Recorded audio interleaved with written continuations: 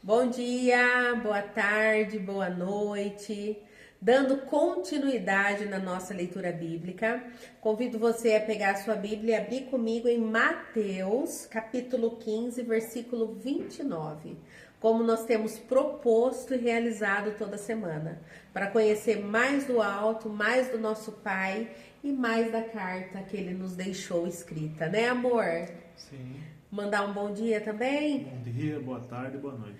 O Edivaldo está aqui comigo, meu marido. Então eu estou fazendo a leitura na Bíblia física e meu marido está aqui na Bíblia dele também, digital. Então vamos lá? Pausa o vídeo, pega uma aguinha, um cafezinho e vamos fazer a nossa leitura hoje, que é domingo, né?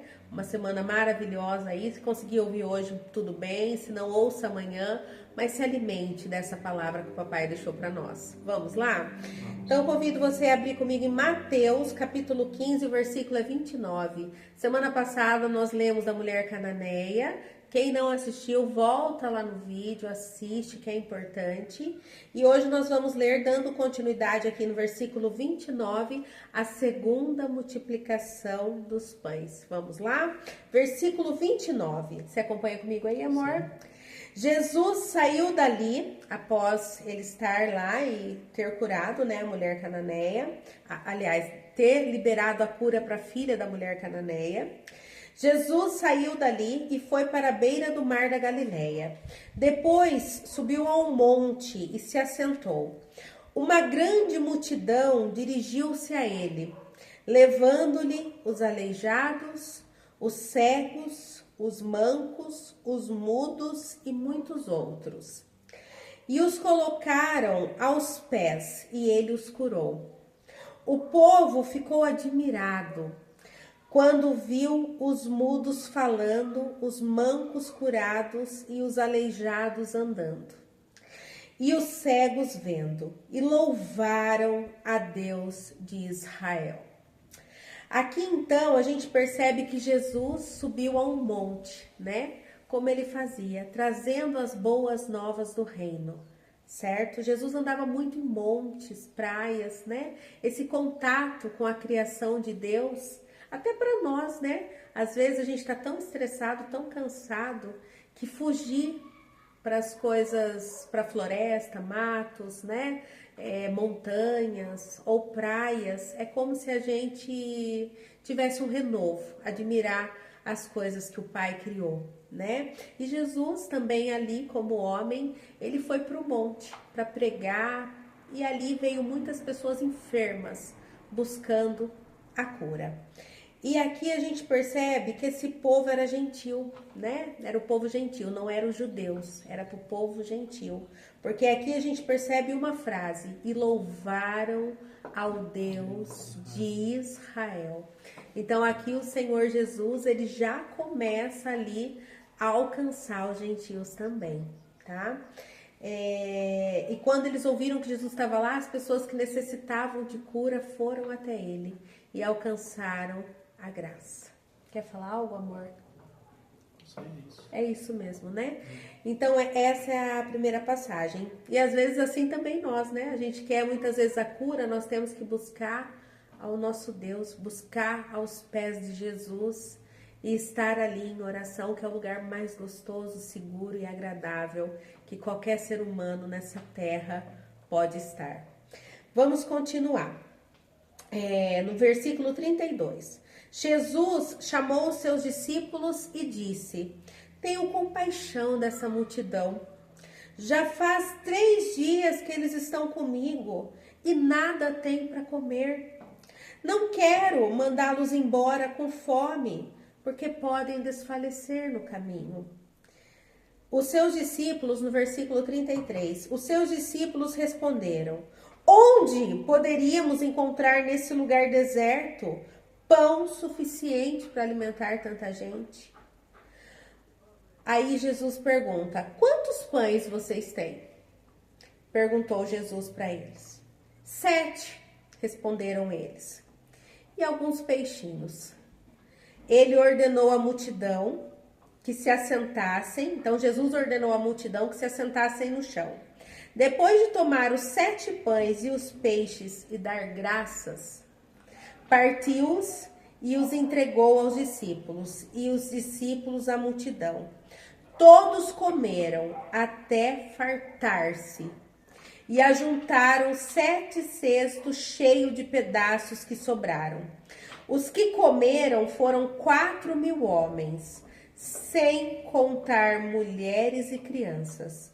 E havendo despedido a multidão, Jesus entrou no barco e foi para a região de Magdã. Vamos lá, amor? O que nós percebemos aqui? A gente percebe que Jesus, ele já tinha multiplicado anteriormente, né?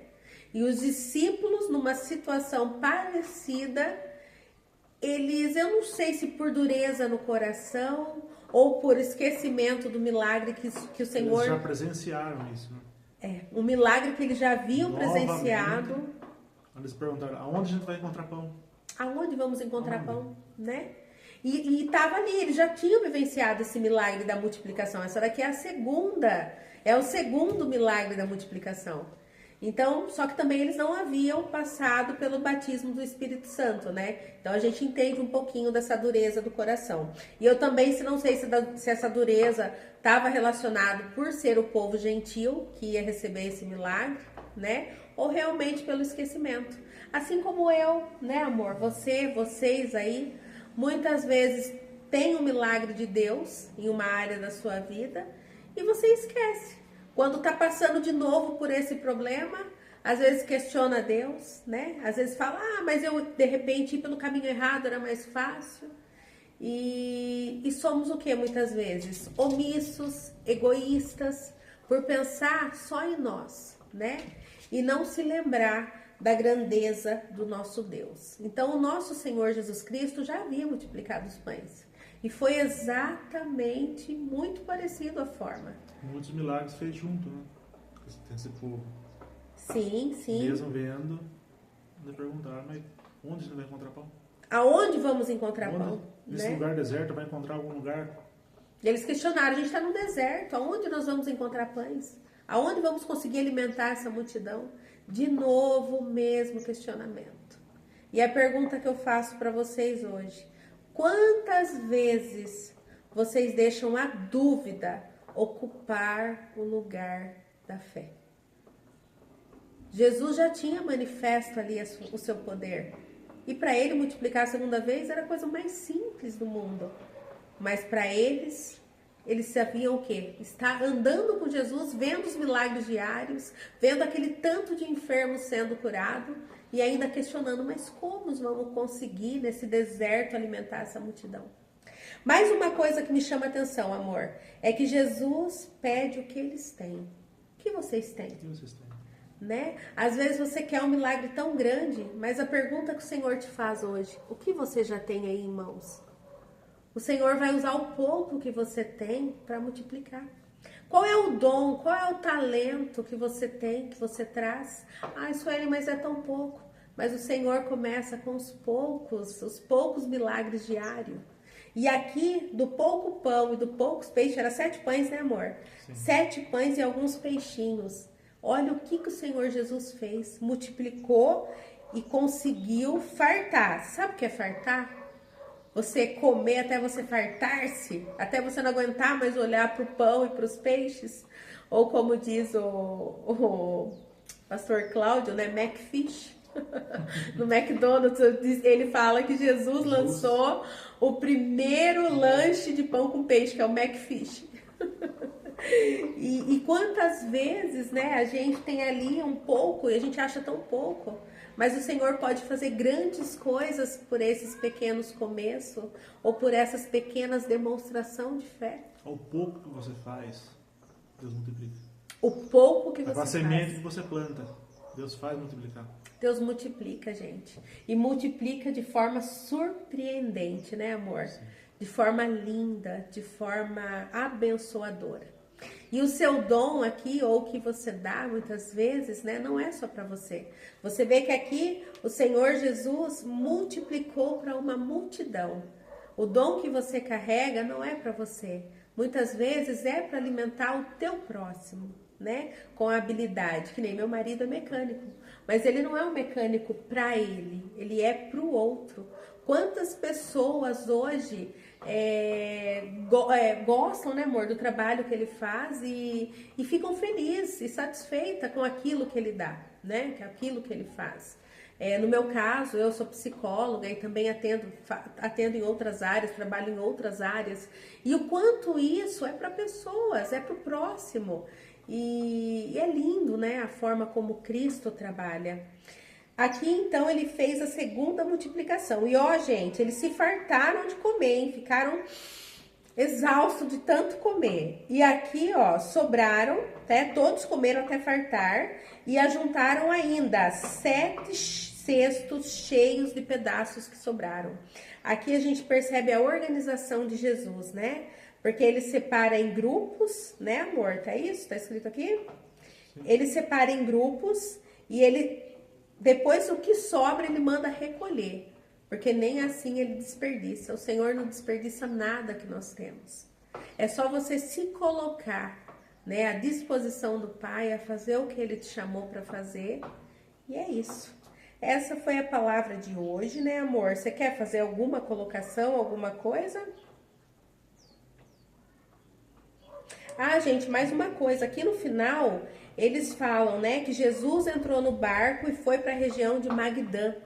A explicação é que provavelmente variante de Magdala, localizada na margem centro-oeste do Mar da Galileia, confirmando que Jesus havia estado no lado oriental e gentílico antes da travessia. Então aqui comprova realmente que o Senhor fez esses milagres, essa segunda multiplicação para o povo gentil.